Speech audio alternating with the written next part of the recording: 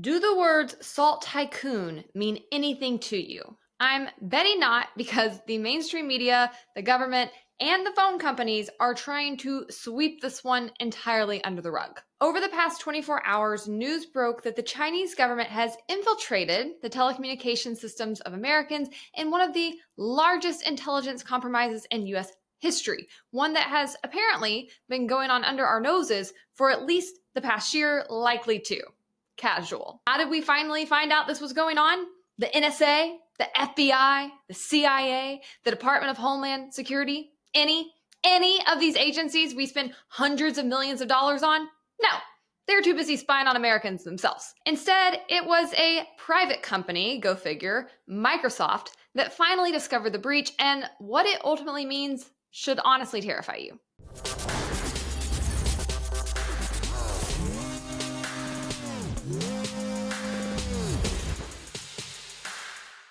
First, I'm Hannah Cox with Base Politics. Welcome to my channel where I bring you my politically homeless takes on politics and culture. Before we dive in today, make sure to like this video, subscribe to my channel if you have not already, and of course, ring that notification bell so you never miss one of my episodes. So guys, I know I'm a lean libertarian, but I'm like the respectability politics version, okay? For the most part, at least. I don't have a bunker. I haven't stockpiled ammo. I don't even have a generator, but this kind of news story is exactly the type that just might push me over the edge. I feel and have felt for many, many years that an attack on our communication systems or our grid system is like the absolute biggest threat that we face, at least when it comes to the homeland of the US. And this leak just confirms that this is exactly the kind of thing the Chinese are working on. Here's what we know so far. According to CNN, U.S. officials believe Chinese hackers breached at least 8 U.S. telecommunications providers in their quest to spy on top U.S. political figures as part of a hacking campaign that has affected dozens of countries worldwide, a White House official said Wednesday. Right now, we do not believe any have fully removed the Chinese actors from their networks, so there is a risk of ongoing compromises to communications. Don't worry, guys, the U.S. government totally does not have this under control. The report went on to say that the alleged Chinese hackers have gone after the phone communications of senior U.S. political figures such as President-elect Donald Trump and Vice President-elect J.D. Vance, as well as senior members of the Biden administration. China has, of course, denied involvement, but they're involved. U.S. officials are still trying to help major telecom providers evict Chinese government-backed hackers from their networks and don't have a timeline for when that will be done, officials said Tuesday. I cannot with this clown car country anymore. This is embarrassing. If I wasn't so scared, I would just have to laugh. This is utterly ridiculous. So basically, China, our biggest enemy, figured out a way into the very core of our systems. And I want to be clear because I think they are downplaying this in the media because they don't want to create a panic and also because they don't want people to come for their heads, which they should be. But our government is scrambling to respond to this behind the scenes. They're like frantically working with the companies to try to get the Chinese out of their systems and then rebuild them to prevent further penetration. They're calling the heads of these companies into DC. They're having national security meetings. Like, they are in shambles. I hate the deep state / the intelligence community for like a million reasons, but man, this just really lands that hatred because all they do is take our money and use it to go after us, okay? That's what all of these idiots in these departments do. They don't solve crimes, they don't clear crimes, they don't keep us safe. That's all bogus. They run around and use our tax dollars to spy on us and to harass American citizens. Now, obviously, the hackers have focused on obtaining the information for national security officials and other high-ranking members in DC as of right now, but don't look away, okay? I know people have a tendency to do that, like, does this impact me? No, okay, keep it moving. Stop. Think about what this means, okay? First and foremost, it means they can blackmail these people. They are able to access their personal info. If you have a security clearance in Washington, D.C., you have to hand over an extreme amount of personal information about your finances, about your contacts, about your personal history. Like, that is a treasure trove of information for another country to be able to use against us. Secondarily, when they say that they have been able to tap into the records around like what police are looking into, that means they're able to see who we have warrants for, who we are currently tapping. It gives them an indication of which spies of theirs we're wise to, which ones we aren't, what kind of information we know, what we don't know. Like, this is a huge national security threat. And again, we don't even know what all information they have right now. We don't know what phone calls, what text messages they may have listened to, what information was within them, but we do know this goes all the way up to an incoming president. That's scary.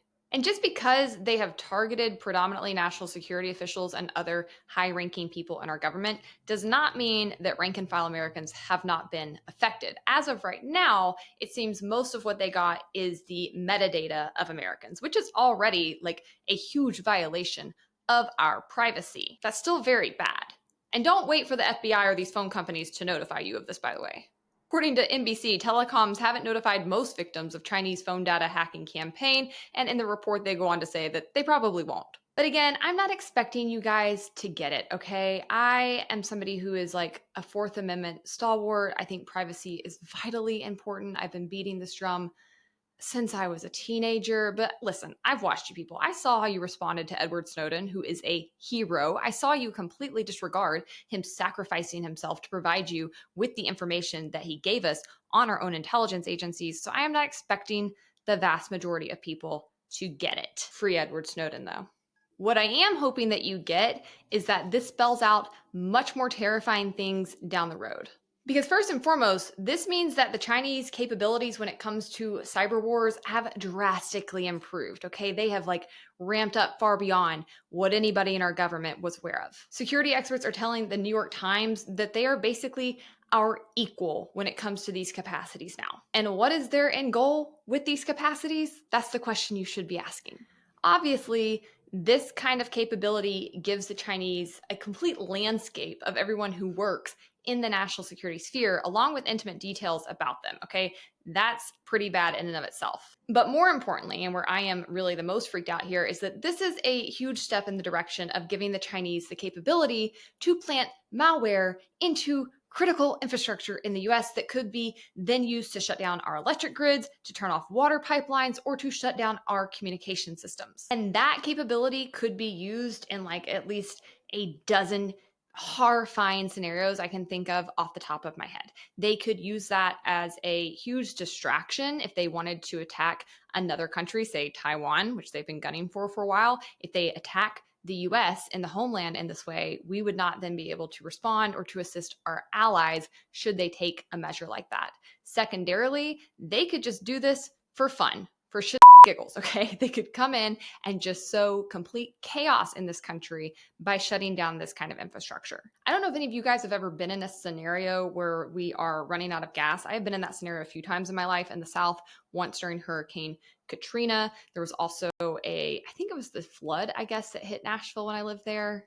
There was some large event that happened where basically the city was running out of gas. And I remember vividly both of those time periods, the way people completely unraveled, rushing to the gas stations, getting in line, trying to get gas, the fights that were breaking out. Like, it would not take much for Americans to completely lose their cool in this kind of scenario. And I have to just circle back to what I said at the beginning here, which is that your government did not stop this. A tech company did. I have yet to see a single instance in my entire life where the government did something better than a private company could do. And this is one of the many reasons I am so rabidly pro limited government, so very, very pro capitalism.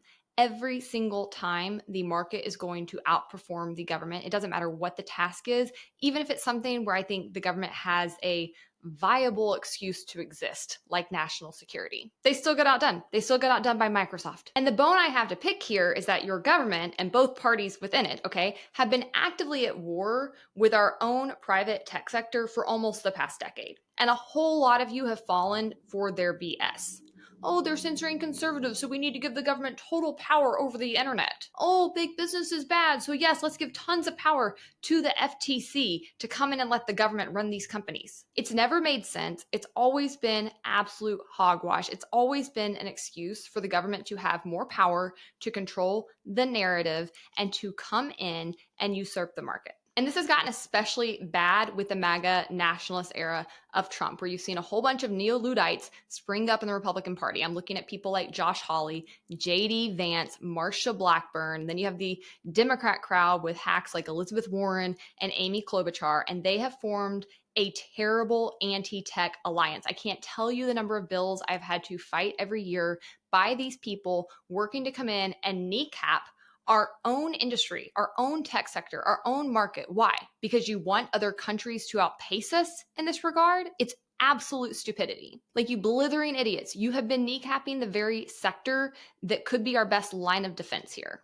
And what I find so ironic about this story is that the US government is now telling Americans that they need to use encrypted communications in light of this breach. Earlier in December, this is a report from NBC News, US officials urged Americans to use encrypted apps amid unprecedented cyber attack. And the headline says FBI and CISA officials said it was impossible to predict when the telecommunications companies would be fully safe from interlopers. So they want you to use encrypted communications, but do you remember that literally just this year they have been suing Apple over their encrypted communications? You know, just the most popular phone in this country, just the best company that we have when it comes to data security. Yeah, they literally have been trying to antitrust them. The FTC has been going after them for a number of ridiculous arguments, one of them being that using green bubbles on Apple shames people who don't use iPhones, and therefore Apple shouldn't be able to do that. The green bubbles versus blue bubbles are there to let you know when your communications are encrypted and when they're not. I hate these people. And really, this is just the latest in a very long line of attacks against encryption